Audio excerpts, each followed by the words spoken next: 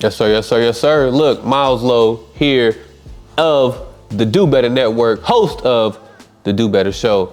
Appreciate each and every one of you guys who've tapped in so far, man. Our first couple episodes, a huge success. Look, I got so much coming for everybody in 2025, man. We got music on the way. We got products on the way. We got events on the way. But, we're going to take it one step at a time and grow together, okay? But here's your chance to be a part of all that growth that we are bringing to life and making alive right here in 2025. So if you want to be a sponsor, if you got a brand, if you're an author with a book, if you got a clothing brand, if you got a course teaching crypto or stocks or NFTs or fitness, whatever it is, and you want to be a guest here on the show, you can send us an email to thedobetternetwork@gmail.com, thedobetternetwork@gmail.com, or hit us up on Instagram with a DM at the Do Better Network. Talk to us, we talk back to you, all right? Look, we're gonna get right into the conversation. Enough of the talking, enough of the jokes. I got my guy, James Farr. Brother came and blessed us and gave you guys some great conversations, some gems. He's what doesn't he do, man? He's a creative journalist, right? A free thinker. He is a expert event host with a lot of history that we're gonna break down for you guys. More importantly though, he's a black man with a black wife, raising black children in a not so black friendly world. And keep that in mind. Let's take a look at the world through his eyes as we elevate and do better right here on the Do Better Show on the Do Better Network.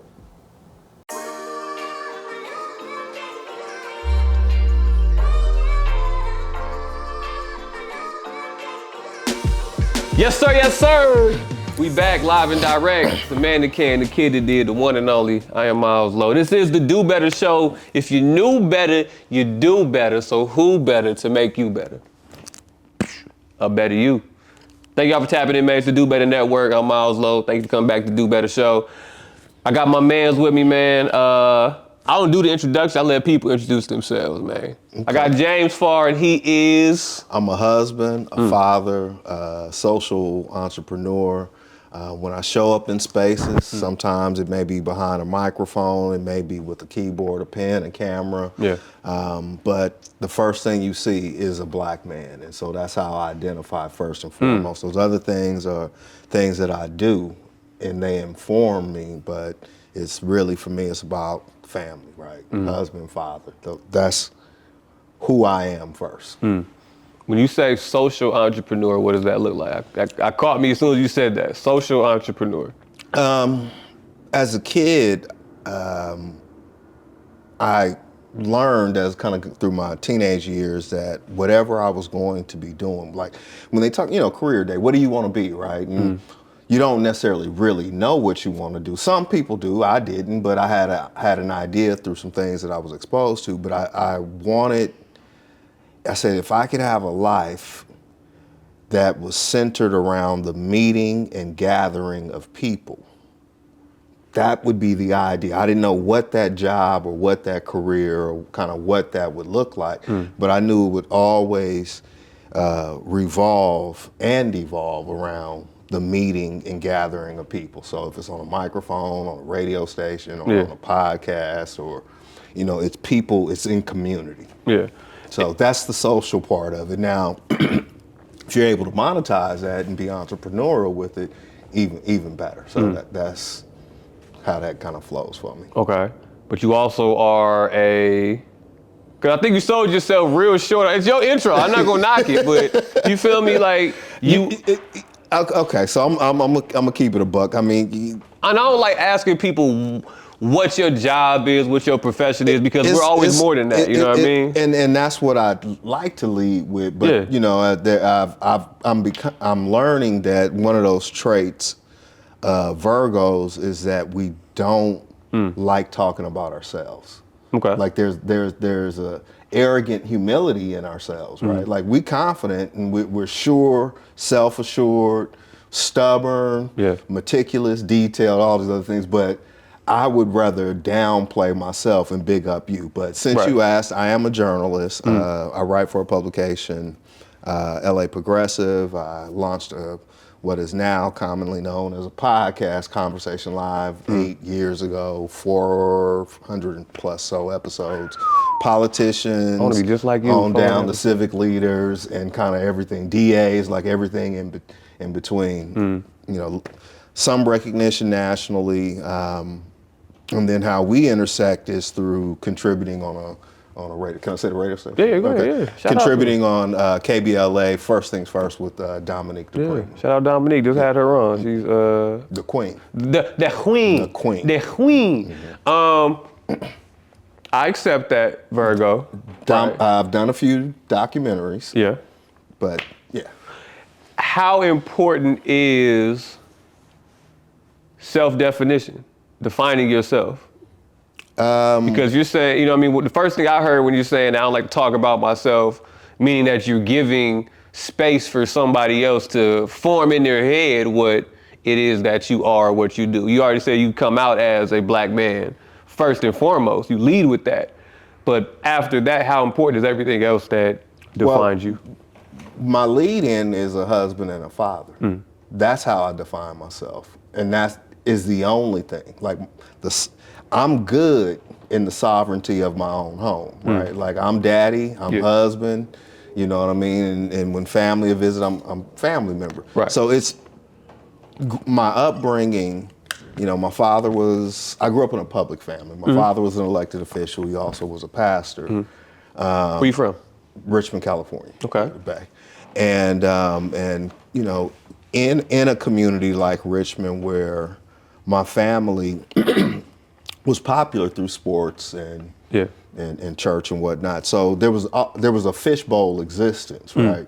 And so there's a hardening of your skin, a toughness of your skin, because no matter what, people were always going to project and try to assign an identity to you. So I grew up with the reassurance from my mother and father that you are who you are. And as long as you're good with who you are, people are going to say any and everything about you, and sometimes even to you, right? So what other people think of me, especially in this season of my life, don't matter at all. How does that approach affect your media ventures, your journalism, your podcasting, your showing, you know what I mean? Like, that doesn't seem, first of all, you're wearing a Cornell West shirt, you know what I mean? So you're showing also your progressive political views as well. How does that frame how you approach doing media? Well, believe it or not, Miles, I'm an introvert. Okay. Right. I'm you know, when you know how it is in family, black family and culture, right? Sometimes if you ain't loud enough, you may not be heard, right? So I'm probably the fourth youngest cousin out of about 60, right? So a family full of gregarious people, you know, jokesters, you know, just everything. And so, you know, I grew up listening, right? And soaking up, you know, kind of just being present and observing, right? So, but I also had the examples of oration and leadership and being up front. And so, you know, for me, it's that part of me is a light switch and not a dimmer, because I could just as easily sit back and be present, or if it's my time to kind of step forward, I'm comfortable with that as well. But that's not my first choice, is to be out front or to kind of be there. So it shows up in media for me with a sense of humility, you know, and because of a lot of the stories that I work with on and around involve trauma, right? Death. Like, I mean, you know, so I have to be. What do you mean by that, if you don't mind me asking? So, you know, folks who have, are brothers and sisters who have been killed by the police, for example, or a terrorist attack, right? Or, you know, a white supremacist terrorist attack. So just automatically when you self-identify as media, and that's how you're in that space, for some people that's a trigger. For some people, they don't know the difference between me and maybe another broadcast, right? All they hear is media. And, you know, so I have to be mindful and centered and grounded in such a way that, really, because one of the questions I'm getting to, no matter how long we're talking, I already know the answer. You sitting in front of me crying, it's a bunch of events that are happening, but I have to get to that one question because I really want to be able to tell that story in your voice. And that one question is, how did that make you feel? Or how are you feeling right now, right? I know the answer, right? I'm not inhuman where I don't see you crying and have an understanding of the emotion or whatever. And then I can't peel out of that and turn into just jovial James and cracking jokes on my way out the door. You know what I mean? So it's just being aware of. Is there an obligation that you feel from your position? This isn't something that was forced upon you. You're choosing to do this at this point. Yes. Everything you're doing. Yes. Is there an obligation to how you provide your stories, your conversations with people, or is there, is there a North Star you're trying to follow to be like somebody? Like what guides you to create how you create? Truth. I am a believer in telling the truth, no matter how popular or unpopular it is. Okay. I guide myself by understanding what my intentions are when I start out telling the truth as I see it as a truth. I believe that I'm evidence-based, fact-based in that reporting. Stand by what you say because you can't pull it back, right? The reader, the listener, the viewer are always right. That's if you say, hey, I don't like what you said, okay, cool. You didn't. So there's a bit of art in it. Now, are these your standards, or are these just what you think is great? These are my standards. These are my standards. There's art in it in the sense of once you release it, it's no longer yours, right? You write it, you say it on the mic, it's gone. You can't pull it back. Only correct a mistake. That's the only. Don't apologize for what you write. Don't apologize for what you say. Right. But if you're wrong, correct that, and that's it. How would you say how's the Bay influence that? Is there any Bay influence on it? Because you didn't get into this until you got to LA, I'm assuming, right? Yeah. So I was always interested in it. Yeah. The Bay and LA might as well be two different countries, right? The people are different. Right? Okay. The culture is different, yeah. right? I mean, it is. LA, obviously, is you. I don't know if it's still like this, right? But the industry that I was introduced to, pretentious, right? Is flossy still a word? What? Yeah, flossy, okay, flashy, all that. Yeah. You know what I mean? Yeah. They get it. All right, cap. I guess is what we would say. Right? It's all. Okay. Yeah. So LA was just a different thing, and so I think about E40, who is by far my favorite poet, my favorite rapper. But in rappers ball, players ball. Don't buy an $85,000 car before you buy a house, right? That's Bay Area game. Yeah. Right. LA.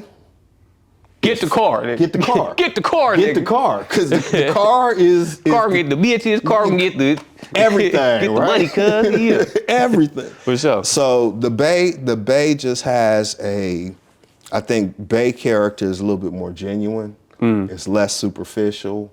There's just a way that cats in the Bay move. Yeah. It's like country Cali is what I always called it. That's the Cali country cousins right there. It's different, you know what I mean? But it's real, you know what I mean? It's real in the sense that there isn't a gang culture right. like it is in LA, right? It moved different, right? There were things that territorially you didn't necessarily have to worry about when you were moving around or whatever. But then you could also get it no matter where you were, just because that's how life showed up. But it wasn't going to be because of a uniform or certain hat, kind of other identifiers that kind of make you navigate different. But I mean also though, like the Bay is like super rich in activist culture as well. Oh, no doubt. You know what I mean?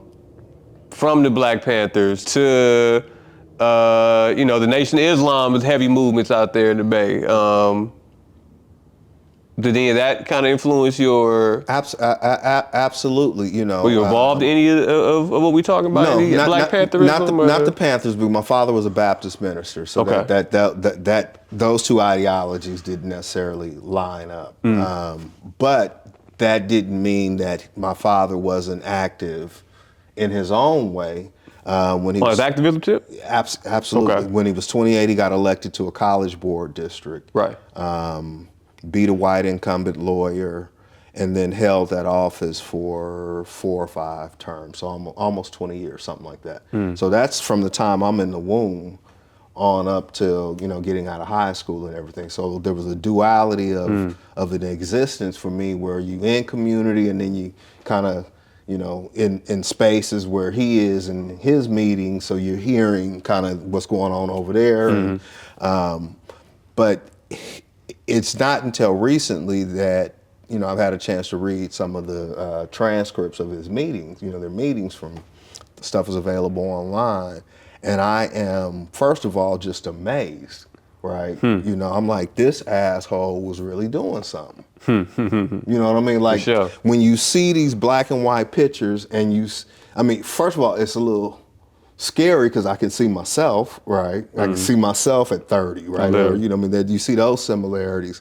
But you see this young black man, right? 30, 32, in this board photo, the only black man there, right? With these so I'm just imagining what he's dealing with, right? And then when you look at the initiatives that he fought for example, something that we take for granted right now, Martin Luther King's birthday being recognized as a holiday. Right. Good time. Yeah. That kind of stuff. Yeah. So that's where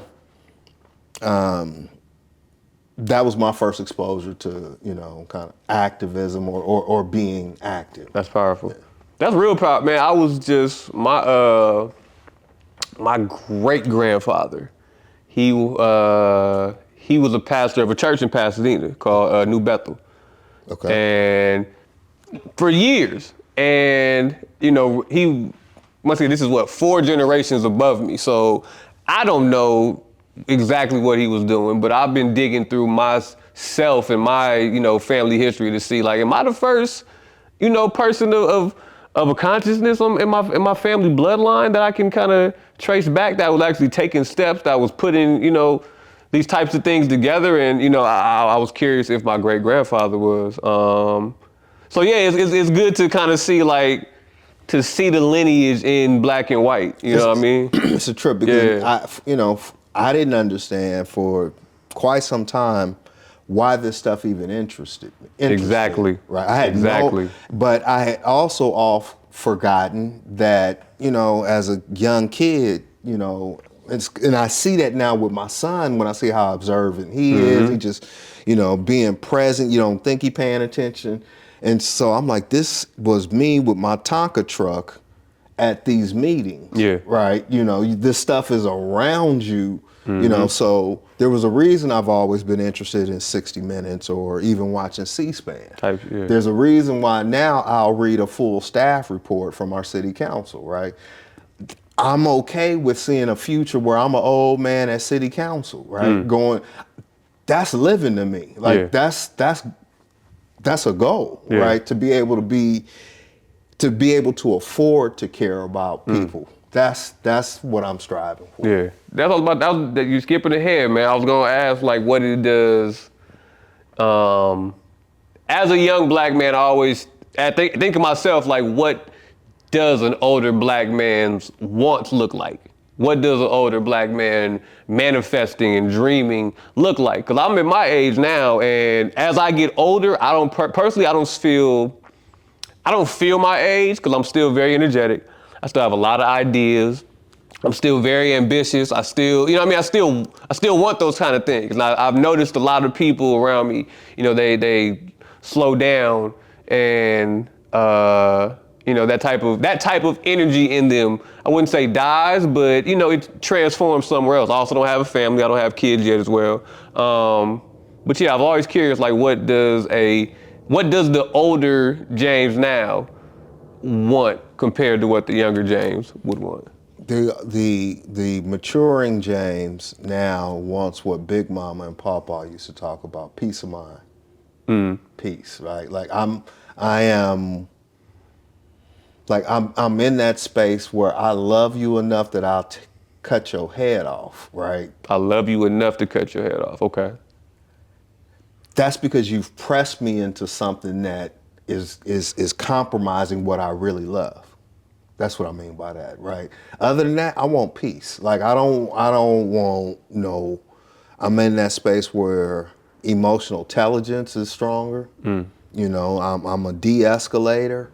You know, I joke all the time. I got to make sausage for my son in the morning. Like there is nothing more important or a situation that I would put myself into that would jeopardize the simplicity, you know, of waking up and making sausage for my son in the morning.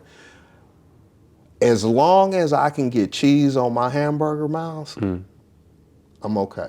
Okay. Like I'm in that simplest of a space, right? I don't know, sure. You know, a windfall of money, great, right? I would probably just do more of what I already do. Yeah. You know what I mean? It's not gonna change that much. So that's not the driver, right? I'm in that space now where relationships are important to me. Valuing people is important to me. Like time is the most important thing to me. How important is the future? The future's for my kids. That's the future. Like, and so It sounds like it'd be very important then.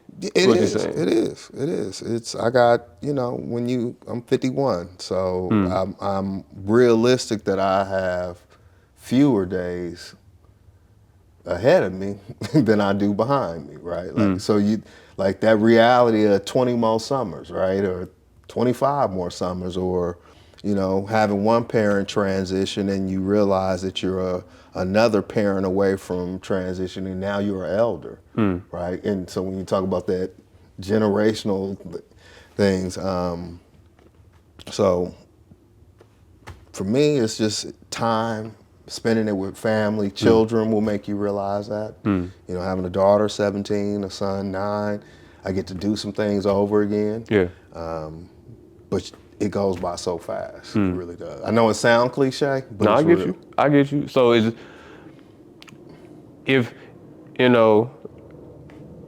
if today was your final day, you know what I mean? Glory to God that it won't be. You feel me? Not to put it out there, not to be morbid, but I'm just saying, like honestly, just being blunt with you, like would you be able to be like, you know what? Yeah, I've done enough. Good. Job well done, life well lived. You know what I mean? Do you honestly think you would feel that way? Looking back on your footsteps, you know what I mean, and having your whole life play back for you. You know what? I don't know, Miles. I think there's more I'd like to do. I think there's some things I haven't done. I know there's some things I haven't tried or experienced, or perhaps maybe was too afraid to do before, and so I don't know. I don't know if there's something else, right? But for what it is, you know, being blessed to have a friend that is also my partner and happens to be my wife of 25 years. So I don't know. You know, there's some generational curses that are being broken, right? There's some things that I know we're doing differently than, you know, perhaps what each of our parents were able to do. But I don't know if that's enough. What I do know is that your children will let you know if you've done enough at some point. Okay. I do know that. I respect that. Wow, okay.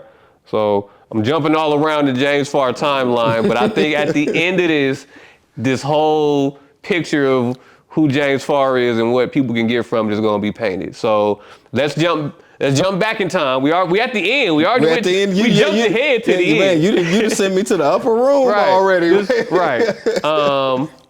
We did that. Let's go back to let's talk about you getting to LA from the Bay. What does that look like? Man. What brings you in? That looks like an 18-year-old, trying to figure out what he wanted to do with his life. Okay. Right. That was an 18-year-old,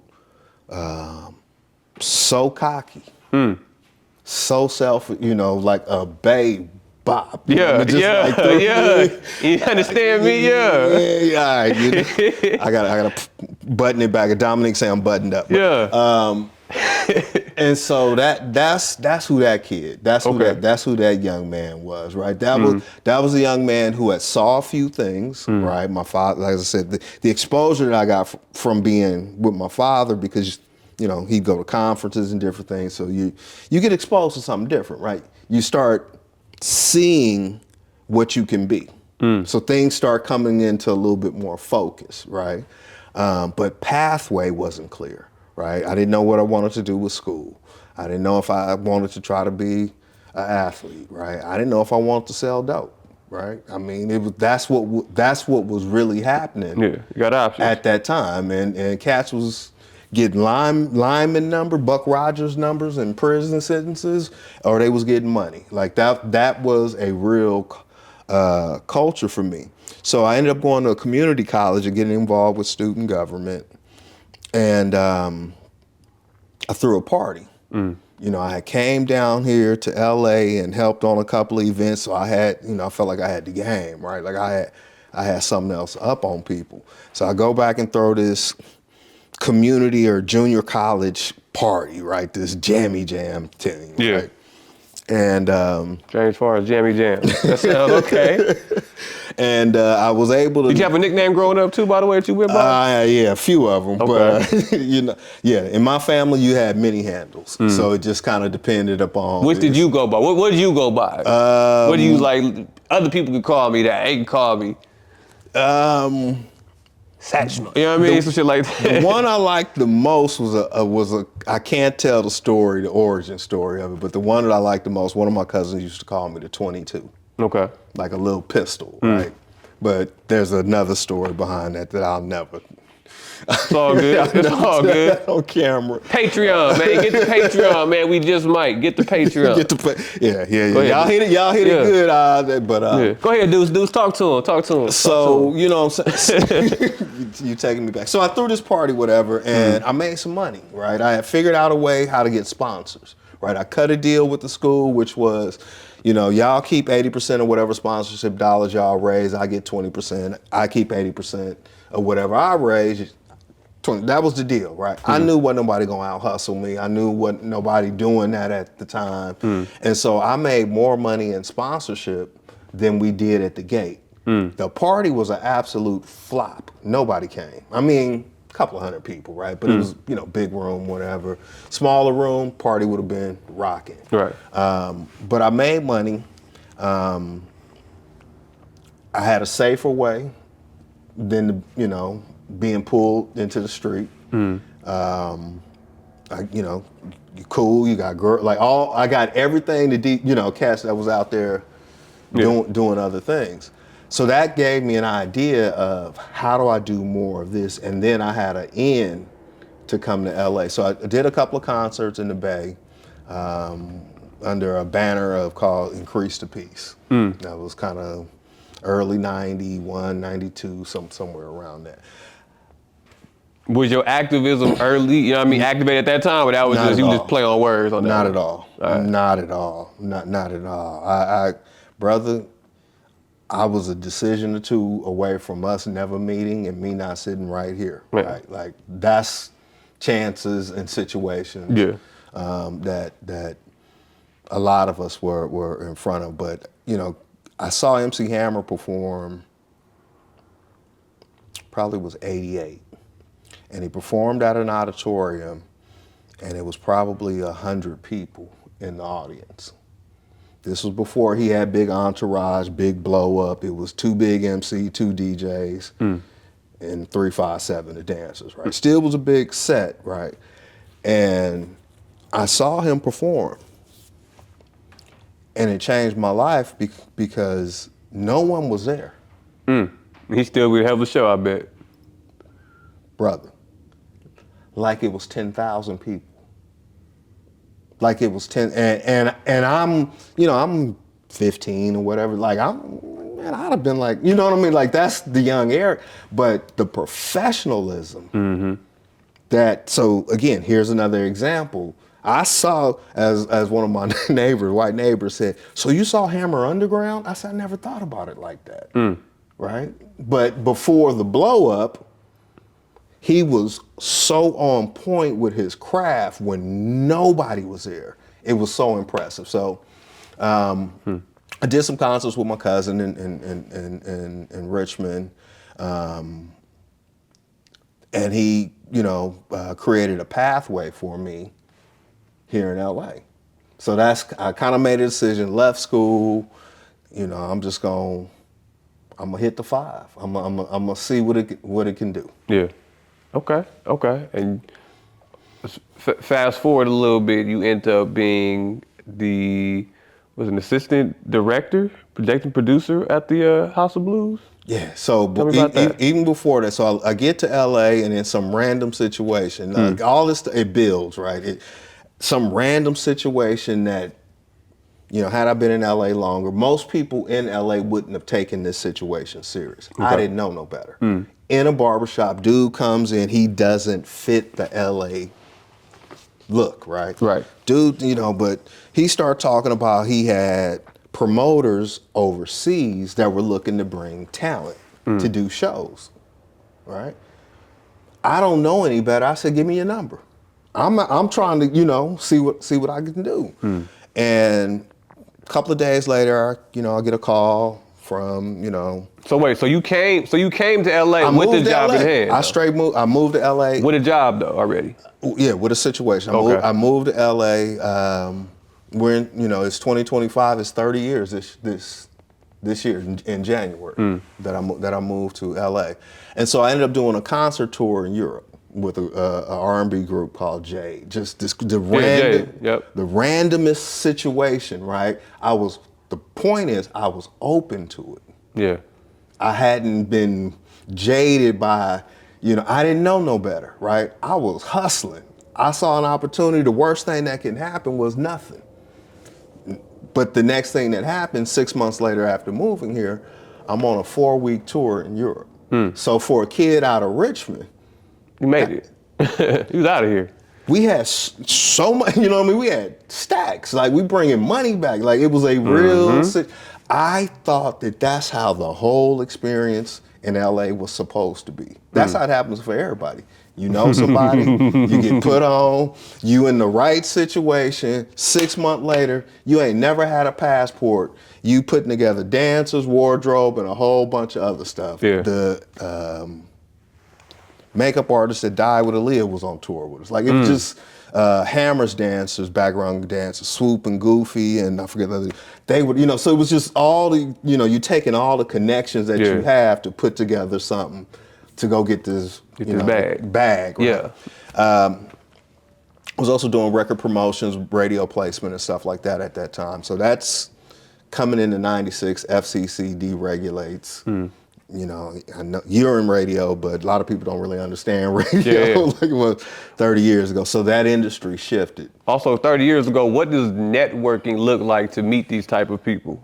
Like you're talking about at a barbershop, homie just walked up and like, God just put that together. And I know you have these situations where God does that, but we're talking about, it's not 2025 you're talking about here. We're talking about time before. Ain't no DMs, ain't no internet, nothing, ain't no cell phone on you at all times to reach somebody. Ain't no nothing. You feel me? None of that. Well, one thing that the Bay does equip you with is a mouthpiece. For sure. Right. And how to ear hustle. Right. Those are Bay traits. Be aware, peep game. Be aware of your situations. But be able to spit your presentation, right? So networking then actually required talking to somebody or being introduced to somebody, which is why I said the situation on the surface, most people would have been like, dude's a weirdo, right? I didn't know any better. I was open for business. The House of Blues comes about. At the time, my cousin was a partner in a sports management firm, sports agents. They had just signed Keyshawn Johnson. Yeah. Out of USC. Dorsey High. Dorsey High. #1 draft pick. #1 draft pick, yes, sir. I've even heard Keyshawn tell this story, but you know, everybody got their own history, their own memory. It's 30 years. This is a long time, 28 years. And anyway, so we're looking for a venue to host a party, right? Keyshawn's gonna be the #1 draft pick. They know that, or at least, you know, top 5, but more than like #1. At that time, there was no venue, no other venue in the world, and certainly in LA that was more, can I say popping? More popping, yeah. It was, that's what it was. House of Blues was the preeminent live music venue in Los Angeles, and had a history of providing a stage to everybody, right? And so we went to the House of Blues, looking at the venue, and really, my cousin tells this story even better than I is. You know, and I think Black Enterprise, we're just looking for a place, right? And he randomly, you say, how does networking work? He asked staff, who owns this place? And they're like, his name is Isaac, and by the way, he's right there. Skirt, here we go. Hey, Isaac. Bust a move, right? Right. You know, and so that conversation. Like, where are we going? Yeah, Seriously, Isaac. Yeah. So, you know, we're in the foundation room. That conversation then turned into holding Keyshawn's party there. I remember Coolio performed. Coolio and LV. This was Gangsta's Paradise. Yes, sir. This is that era. Keyshawn, this is 91? This is 96. 96, okay. This is 96. Got you. Yeah, this is 96. Keyshawn gets drafted. Okay. That turns, while that party was getting ready to happen, my cousin and Isaac, you know, cooked up this idea that, you know, most athletes want to be entertainers. Most entertainers, you know, want to be athletes. There's this mutual admiration, right, of each, right? You know, back then they used to have like the league, where the entertainment basketball league and stuff, like there's a bunch of stuff going on in the town. I mean, out here like that. And so they had this idea with the Olympics on the horizon, right, with House of Blues having a venue in New Orleans and Super Bowl and a bunch of other stuff. You know, what came out of that was this idea to create a separate entity. You know, like in music, it would be like a subsidiary, like under. So we created a whole new entity called House of Blues Sports, where we were going to do these sports-themed type, sports and music themed type events, this hybrid culture type event. What that looks like then, in order to get that done with no internet, means going to a bookstore and a library to learn how to write a business plan. Right. It means learning in a whole different way, because now you're presenting something at a much higher level. You know, I mean, this is real. Yeah. Like, this is a real contracts and shit on this. It's a real money transfer involved. It's a real situation. And so that's how I ended up at the House of Blues. I was producing shows. We had this sports night, because we were, you know, building the brand. We had the runway to build the brand, to, you know, it was not necessarily about the events making gobs of money or nothing like that, because it was this is long strategy, right? This is, so that's how I ended up there. And I'm up on Sunset, and, you know, we're literally right across the street from the House of Blues for almost, I want to say 6-8 months. Our office, because we didn't have an office yet, so we were working out of the founder's office, Isaac Tigre. So at the highest level of the company, any organization, that was the playground. Yeah. That didn't always go so well, you know, in terms of dealing with other staff. They didn't like that. So this is completely different than when you're saying you had Michael Jackson security and everybody else. Well, like we eventually moved. So once we got our own office, we moved to that building, which was down the street. Okay, so this still on the come up then for you. This still early on there. This is early on me, but we're on our way to get in the office, right? Like all these contracts, there's a lot of stuff still happening, Yeah. right? Or formulating, and but once we got, the situation, the deal's done, that's when we were able to move into our own office sure. and be in, in that environment. Okay. Let's go forward a few months, man. Let's talk about, was it a Thursday? Thursday, July 4th, 1996? Is that what it was? Thursday, July 4th, 1996, yeah. Which read an article that you wrote. This was the infamous Dog Pound show, 4th of July show, Tupac's last show at the House of Blues. Mm-hmm. And you actually were running shit that day. It was running shit. Something like that. Yeah, no, it sounds like something like that. It sounds like what you, like, you feel me? You got called into duty and, showed up and reported for battle on their ass. I learned a lot that night, bro. Yeah, I did. Talk to me about that. Unpack that day for me a little bit. Man. Unpack how that day came about. Unpack the day, and in between there, your feelings as well, because also, you're talking about coming from the Bay. Mm-hmm. You've mentioned Hammer, you've mentioned 40, you've mentioned, all these different Bay Area musicians as well. Talk about how you felt about, Pac and what that meant to be putting on that type of show as well. So I know this is gonna seem blasphemous first, right? But it is important. I was never a Pac fan. Ever. Right. Did you know about Pac? Absolutely. I mean, I had met him in 92, 93, did a show with him, right? I wrote about that in that article. At that time, Pac was just another rapper on the lineup that I had to deal with to get to the bag. He was talent. That's it. That's all.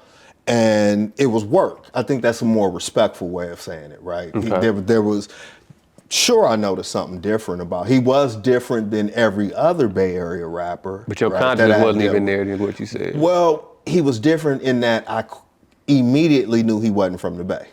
Right. There was something different. It was just, he kind of had this East Coast vibe, but I had never been to the East Coast. Like, it was caricature like Yo MTV Raps. Like, he seemed like something on TV or something out of a magazine that I had read that was now in real life. But again, it was just, he was still under Digital Underground at that time, and Tupacalypse Now was just kind of, coming up. So he was still a new rapper that the world was still getting ready to know.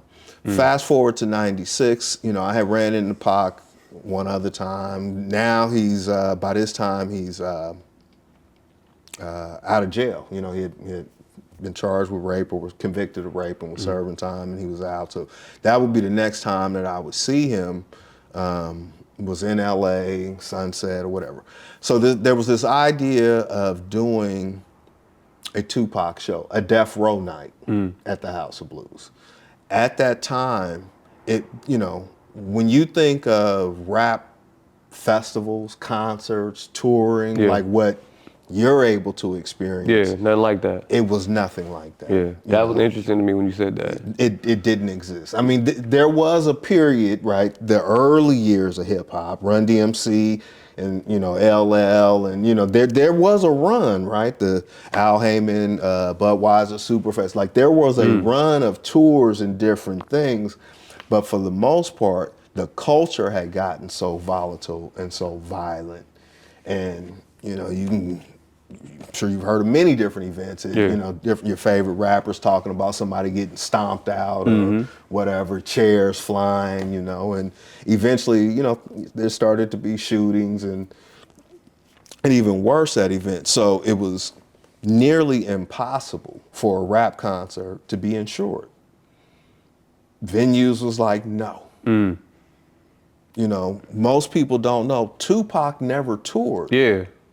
As a solo artist. I'm not talking about spot dates, right? Yeah, he performed here, there, but when we think about his body of work now, that never hit a 30 city, 50 city bus tour. All my Pac moments that I have in my head, I'm I'm like the generation that's kind of like the disciples of Pac. Okay. You know what I mean? Like Okay. I was born 94. Okay. So he died in Vegas. You know what I mean? Yes, UMC yes, Hospital right there on yes. Charleston.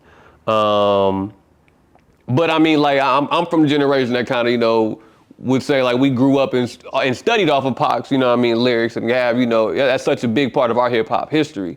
And of all the moments of Pac, all the videos of Pac, all the pictures of Pac in my mind, once I read you said that, I was like, I can't remember too many of Pac being on stage performing. No. Yeah. You saw Candids. You saw portraits. Candies, a little bit of it, a song here, maybe you know what I mean, award show. Award show, a freestyle with Biggie on stage, you know what I mean, with the hat type shit, you know what I mean, and then the House of Blues show, you know what I mean, shirt off Pac. Yeah, he did tour with Digital Underground, but remember that that. was in a supporting role, right? That was a dancer, roadie, kind of in that space. So he did have that experience, but as a solo artist, that never happened. And so the idea got cooked up to, you know, do this show. Cool, you know, what could go wrong, right? I mean, What could go wrong? What I heard could that, go- y'all. What could go wrong? I mean, Row, it's Tupac, just LA, 90s. LA 90s. It's crazy out here, right? What could go wrong? What could go wrong? Well, Out on bail, fresh out of jail. yeah, California. Jail. everything that could go wrong Suge Knight. did go wrong. Everything went wrong, including a great deal of resistance from House of Blues staff. You know, a fear that, you know, this show was going to be unsafe. You know, pressure once we kind of got in a conversation with, you know, sheriff's department and everything. Like there was this real concern that it could go real bad, right? You know, Death Row wanted to do the show. I had a counterpart that I was dealing with, a brother named Roy, who You said Roy, R-O-Y? Roy, R-O-Y. We later figured out we was about the same age. I understood the pressure he was under. I think I was under the same pressure, less the physical threats. Yeah. You know, like it was some real situations that was happening in those offices. And so, you know, getting it right meant versus getting it wrong had could have a different outcome for him. For sure. So, I assume Roy's from LA? um, If you don't know no biggies. yes, he is. Okay. He is. Yes. And Roy got a. He can't go back home though, where he gotta go see about it. Roy, his story is just incredible too. Roy was trying to, like, you know, find something different to do. Went through a temp agency. They sent him to Interscope, right? The story he tells. He said he gets there. He didn't know that he was going to Death Row, right? He gets to the first office, which is Interscope reception. They kept pointing him back. He landed on Death Row. Spent 3 months being a receptionist. Suge needed something and said, "Who the fuck are you?" or something to that effect, and come here. And then he never left his side after that. So it was kind of one of them stories where he just was there, and so he did everything. Yeah. He was the glue to Suge and everything. He knew where everybody, just the whole situation. Gotcha. So we had this idea to do the show. It was going to be huge. Staff didn't want to do it. We made concessions, like the show ended up being, I think, at like 2:00 in the afternoon. Yeah. As opposed to a nighttime show. On a Thursday, that's what I said. I looked up on a Thursday. Well, it was like, the 4th, first of all. So the theme of the day, you know, it just was what it was. It was the 4th. Right. Everybody's off on the. I was going to ask, like, who the fuck came to the show like, on a Thursday at 3? Yeah. It was a Somebody holiday. got work? Holiday. Right. You're right. Duh. You could only buy tickets. We didn't put them on Ticketmaster or any of the.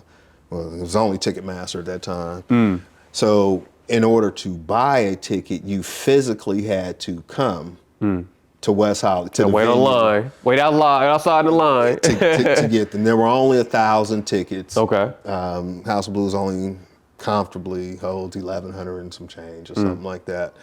I've heard probably 1 million people say they were at the show since then, right? But no, there was only about 1,200 people actually in that venue. You sold out? Yeah, oh, no doubt. Okay. Yeah, no, it's sold. I mean, it sold out because we probably took a couple of hundred, maybe 300 tickets offline, knowing that the entourage effect was going, Yeah. and to be able to accommodate, and then, with the concerns of fire marshals and everything that comes with managing a live event, the success of the event had to happen. Okay. How was the show? Terrible. Terrible. Okay. You've seen it. I mean, I don't know. I guess I should have asked you that. I should have punted that question. It was it was terrible. And let me phrase it. I mean, from just me. Let's break it down. From a live show perspective, from you watching the show, the actual performance, they did bad. They did terrible. It was horrible. Okay. It was horrible, not because the music was bad. It was bad because there was not enough giving them the benefit of the doubt, because for a minute the show was off. It was not going to happen, right? It had literally came and got shut down. So how I got into the leadership or kind of driving it the rest of the way was my cousin was out of town and wasn't going to be able to return. And we finally got the green light on everything. Everything just kind of came together, and it was getting ready to come together real quickly. There's no, all we had was a fax machine at that time, right? Wasn't no email and some of these other technologies. So I had to deal with the stuff. But in fairness to the artists, they didn't have enough time to rehearse. Got you. At that time, rap shows weren't these elaborate theatrical events, right? It was, oh, you motherfucking nigga, 300. It was a lot of back and forth, and strippers. That's about that was the extent of what their strippers and homies on stage. That's what it was, right? Yeah. Well, but you also said in your article that this was a show that dragged. I was quoting, you said the word drag. It was dragged gangster rap into the spotlight, into the main stage. Because you made it now. That's because of the House of Blues. Okay. The fact that because the show almost didn't happen, right? And that's kind of how I led into that article. It's the show that almost never happened. Like one of the biggest shows, literally almost didn't happen. And so what I meant by that was, again, at that time, with it being so difficult for shows to get booked, with insurance and the space that the House of Blues had in the industry. I mean, the year before we got there, they produced the halftime show for the Super Bowl. That's how big the brand was. You understand what I mean? Like Isaac, the founder of it, was one of the original founders of the Hard Rock. Okay. Like this was some real shit. You know what I mean? And so the idea was that if that could happen, it becomes the biggest show. And I think it was. Okay. So do you think that it took until Pac's untimely passing for everybody to realize that that's what that show was? This type of moment that would, cement. I don't know. I don't have the exact timeline because, so the show was in July. Show July, Pac died September. September 7th, he gets shot. That was my birthday. It was, this whole thing was a blur. And again, I talk about this briefly in the article. A week later, I'm in Atlanta for the Olympics. Yeah. Right. And in my mind, we're at the Tabernacle venue. I'm in the park when the bomb goes off. I'm part of the team that's working with the Dream Team, doing this return to the park, type thing. So in my mind, this Death Row show was nothing compared to what's about to happen in your life. Look, Mom, I'm at the Olympics, right? This is, again, another rap show, right? So I'm trying to think where did I want to go with that? you know, like You had so much shit going on, you didn't think it was gonna be. This wasn't the highlight of your life at this point already. it was work. Yeah. Yeah, you know what I mean. Like again, I had the summer before, a year earlier. I'm in Europe. Right. You know, I'm doing the parties. I'm doing the LA thing, right? I'm on the tables with the bottles. I'm having fun. I can go to any club in LA. You know, it was cool back then if the DJ shouted out your name, right? Like that meant something in LA. Shout out to in the house. You know, that meant something in LA, right? That was a real thing. You know, I wasn't popular, but I knew enough people that I can go anywhere I wanted to go and get into anything that I wanted to get in and experience stuff, you know, kind of behind the velvet rope in a different way. So I didn't think nothing about nothing was extra special about the Pac show. You know, because I do radio too, I relate to that because there's a lot of times and situations where I'm doing dope shit and I'm at these dope shows and I'm meeting my idols type shit, you know what I mean? But I'm working. And I'm so not even thinking about like who's around me at the time. It's more, oh yeah, how you doing? Hey, you need something? You did? Yada, yada, yada, yada. Got it. Yeah, I feel you there. Was there ever a moment where you slowed down and kind of like enjoyed all these, you know what I mean, these memories you created? Because I think that we do create memories through our job. That's a blessing of, you know, being in the fields that we've been in. I've learned to do that, but even that night, you know, going back to earlier, I said I'm an introvert, right? Okay. Like I grew up in a big family. I can just observe, right? So I do vividly remember being up in the balcony area after, you know, the show was already underway and everything, and kind of looking down, right? And I'm like, damn, none of these people know me, but all of these people are here in part because of me, meeting and gathering, right? And I'm cool with the anonymity. Yeah. So I do, you know, I've learned to appreciate, and that's why it took me 20 something years to even write about that experience. Or, you know, it wasn't something that I, you know, ran on my resume or was, you know, living in '96 and yeah, boy, you know, I'm that boy that, you know, I did the Pac show. Yeah, that's not how that's not where I'm at. Yeah. At this point in my life. Okay, that's true. All right. Wow. Okay. Hey, thanks for sharing that. You know what I mean? With that little part, that's very insightful. So okay, let's talk about this do better part. Okay. Let's talk about how to do. We get on time, Joe? 58 minutes. For sure. Yeah. Okay. Let's talk about doing better media. We just got out of a crazy political cycle this last year. And I really want to talk about creating an original thought. How do you create an original thought? We live in the echo chamber world, right? And you see that a lot of people that we think are original thinkers are getting their original thought from, you know what I mean, the same thing as somebody else is getting their quote unquote original thought from. So how do you come about creating an original thought, knowing what an original thought is? That's a great question. And the way you framed it up, brother, I can tell who you sit with for hours.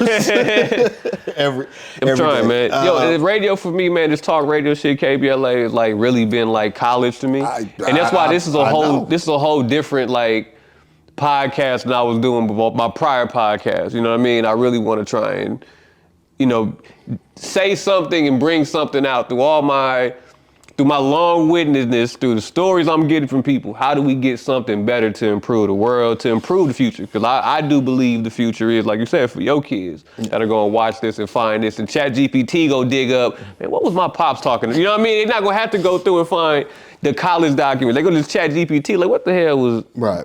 Well, that's that asshole talking, talking about? That is the impetus of the conversation live. I did it for my kids, but creating original thought, Miles, that is such a profound question because, you know, when we look at it, that we are influenced by so many things, right? Like, and you can't, like, I can't unsee. You can't unsee the things. You can't, you know, unhear what you've heard, right? we all have biases, right? So there is no such thing as unbiased media, right? It informs, our biases are going to inform us and how it shows up in the media. For me, it's a very strict diet of what I take in, right? And so there are other pundits or commentators, even writers who I really like that I can't listen to or read, right? Because perhaps I may sound like them, right? Or their thought becomes mine. I'm fortunate that I am media literate enough that I can watch like a Fox News or CNN and see straight through the bullshit in both those platforms, right? As Brother Tavis says all the time, I learned how to interrogate text. I learned to listen to what isn't being said. I understand the visual sound of media, so I could show you one thing, say another. So I'm paying attention to everything as I'm watching it or reading it with the different ear. I try to be as original as I can be, right? And going through this last presidential cycle, I didn't listen to a lot of different people, right? And so as far as I was concerned, I was one of those early people that said Kamala wouldn't win because white women wasn't gonna vote for her, right? Like what we end up seeing, right? Now, is that an original thought? No. That's a thought that's informed based on historical knowledge and a myriad of things, right? Yeah. Or just as simple as saying that, well, America didn't want a woman as president A lot of last media, 46 times, right? a lot of media literate people fell for the Kool-Aid though. And you know what I mean? And bought into that the was emotion. echo chamber. That was emotion. They were led by fear and emotion.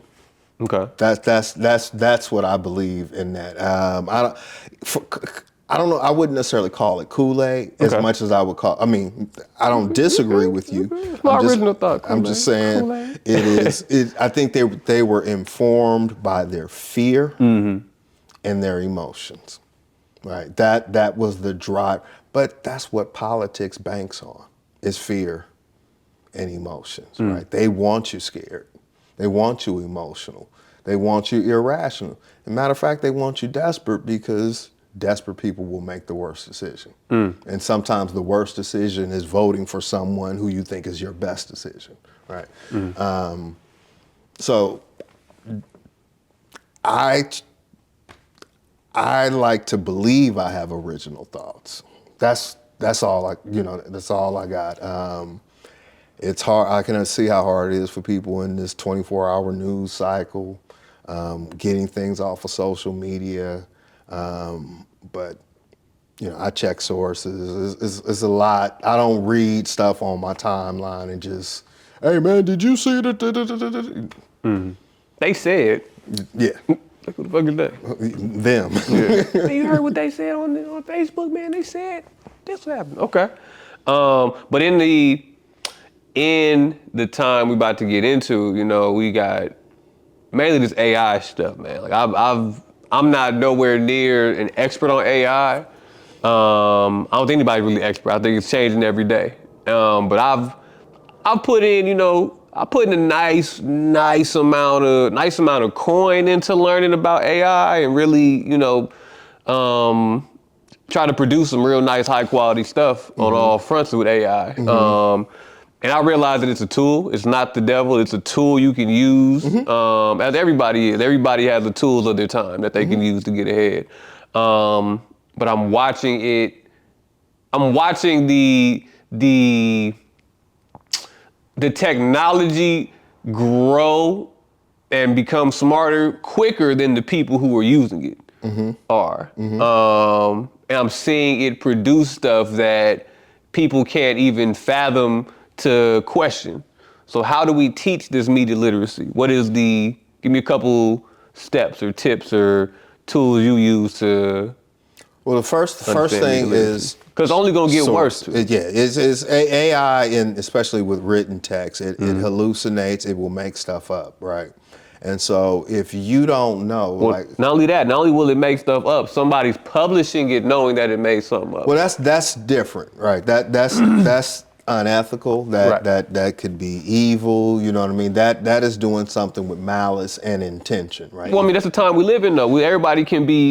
Everybody with their own platform is a Sure.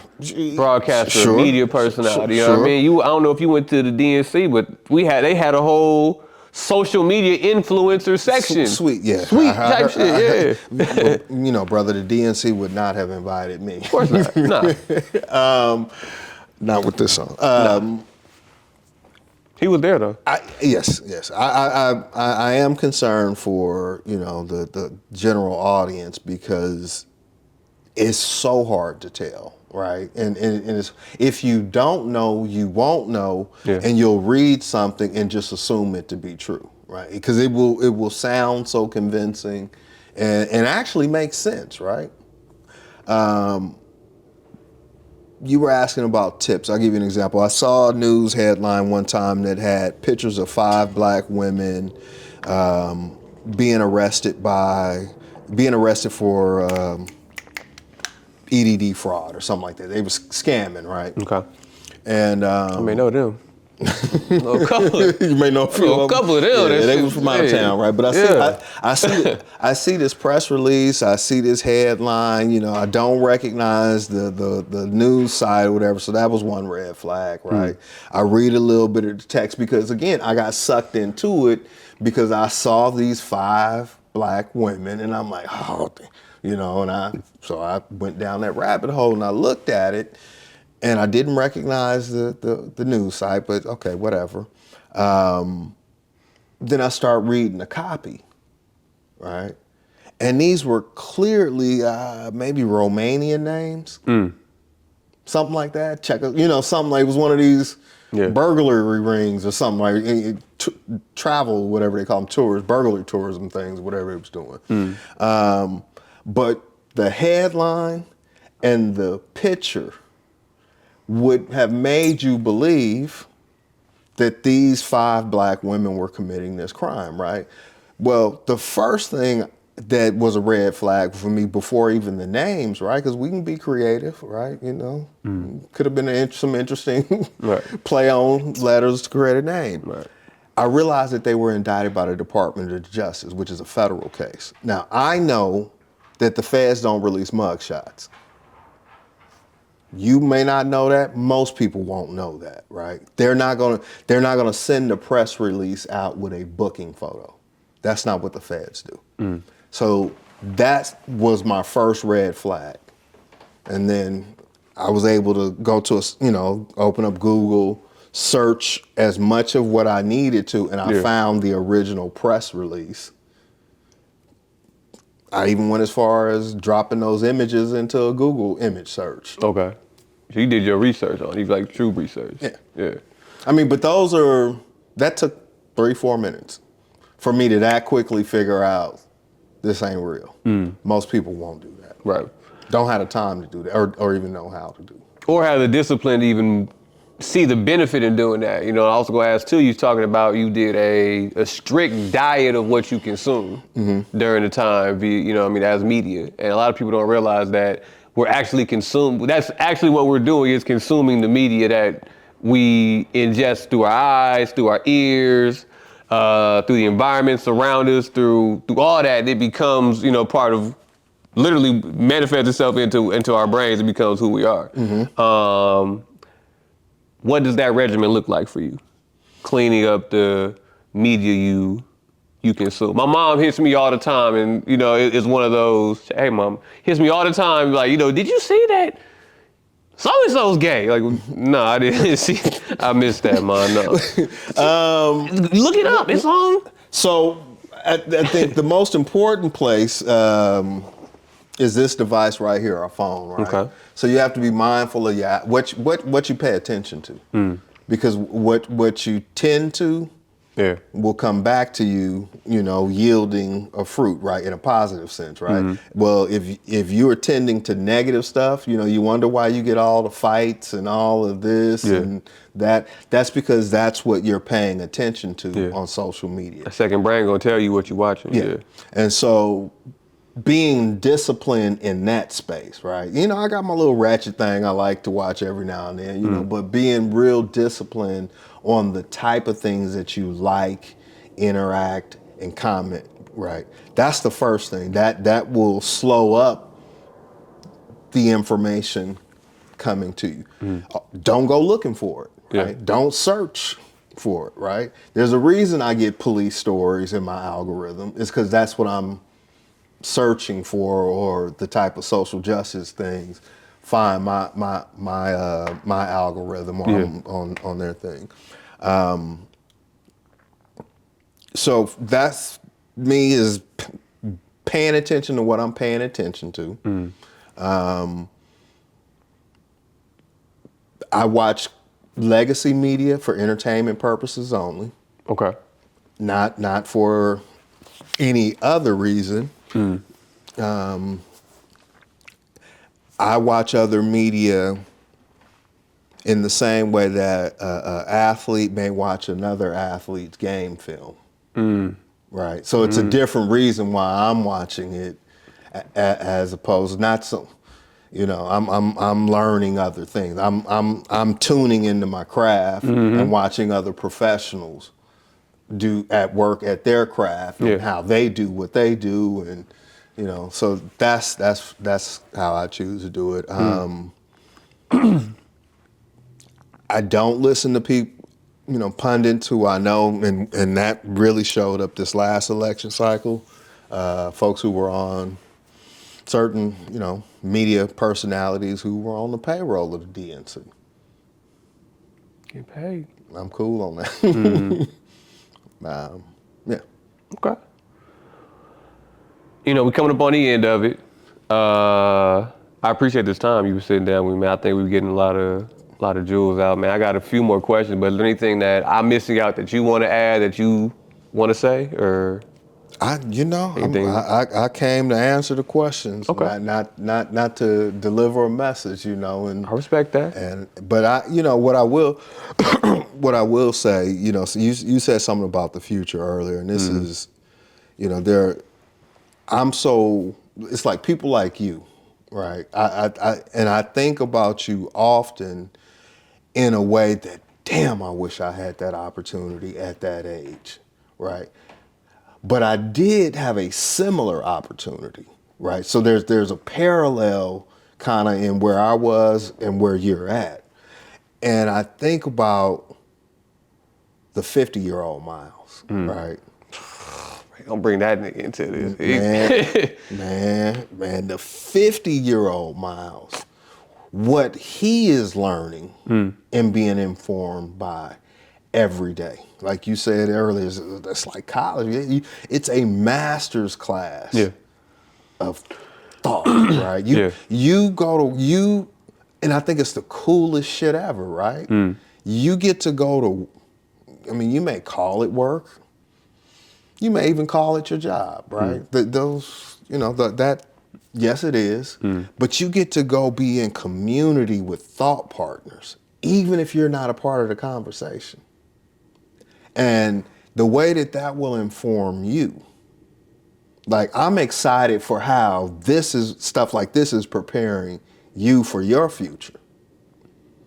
You gonna be something else, so I'm proud of you doing this. Thank you. Right? Like, this is the coolest thing, so, like, I'm an old head now, right? I'm sir sometimes of people, and that still don't sit well with me. I'm parenting kids with friends whose parents I'm old enough to be their parent, right? Yeah, that's real. So I'm excited about 2025. I'm excited about our communities. What are you most excited about? We can't end it on no doom and gloom, man. Like, what are you looking forward to? What excites you about the world? Here we go, 2-part question. What's something we should be looking forward to? And what's the most important thing we should know? Give me those 2 questions to wrap us up. What we should be looking forward to is really working together, right? And I know unity is often weaponized when we don't agree. But what we should be looking forward to is kind of flying in a formation of a flock of geese, right? Where in that vector pattern, the one who's in front is only leading because he's the least tired. He or she will fall back and someone else will come up in the formation, right? But all of them are equally important. Right? So we need to look for ways that how can I support Miles and what he's doing? How can Miles support James and what he's doing, right? Those are the collective ways, right? So that's what I'm looking forward to, is connecting collectively with people who have common interests, right? Like, I want to spend more time with people in my future than people who I have no interest or commonality in my past. It's quality value relationships. That's what I'm looking forward to, and that's what I would encourage everybody else to be looking forward to. I'm hoping it ain't a strategy for me. Be intentional. Love people. Like, seriously, every episode of The Conversation Live, I end it with the word agape, which means unconditional love, God's unconditional love. And that's how I endeavor to be. I'm a human, and I will cuss you out, but I'm gonna cuss you out because I love you, right? Like, I love you enough to fight you, right? Because I want you to do better. I want us to do better. And then what was the second part of that? Sorry, he caught me on the do better part. He wants you to do better. You heard it here, man. He wants you to do better. The second part is, what's the most important thing we should know? The most important thing that we should know is, and it's so cliche, right? But there's nothing new under the sun, right? We are currently, and by the time this airs, we would have seen an installation of a new president, right? And I'm speaking strictly to black folks. This is not the worst thing that we've ever experienced as a people. And as many of us found out the next day after the election, we still woke up as a husband, a father, a social entrepreneur that shows up as a black man. None of that changed, right? We will be okay. Kendrick say, nigga, we gonna be all right. Like, I believe that in my soul, right? But we gotta value each other, love each other, support each other. We're gonna be all right. We're gonna be all right, man. Give me your socials and how they can stay in touch with you. Yeah, across all socials, at James Farr Live. That's across all the different socials. We got Joe right here. We're gonna make sure we put it somewhere on the screen. Is it down there or is it up there? Or is it gonna come down the side?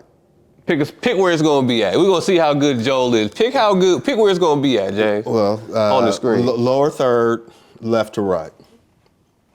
Lower third, left to right. Left to right. We read left to right. I made something real simple sound smart, right? Yeah. We read from left to right. Yeah. Man, hey, husband, father, social entrepreneur, podcaster, broadcaster, journalist, documentarian, player partner from the Bay. Hey, man. Black man, you know what I mean? My man Deuce James Farr, man. I appreciate you, man. Thank you for this, man. Thank you, Miles, man. Yes, sir, yes, sir. Hey, man, it's the Do Better Show. If you knew better, you do better. So who better to make you better? Better you, goddammit, man. At Miles Low Music, tap in with me. Follow the Do Better Network on YouTube, Instagram, and we'll see you next time, man. More conversations coming your way. Number love. You did. You do.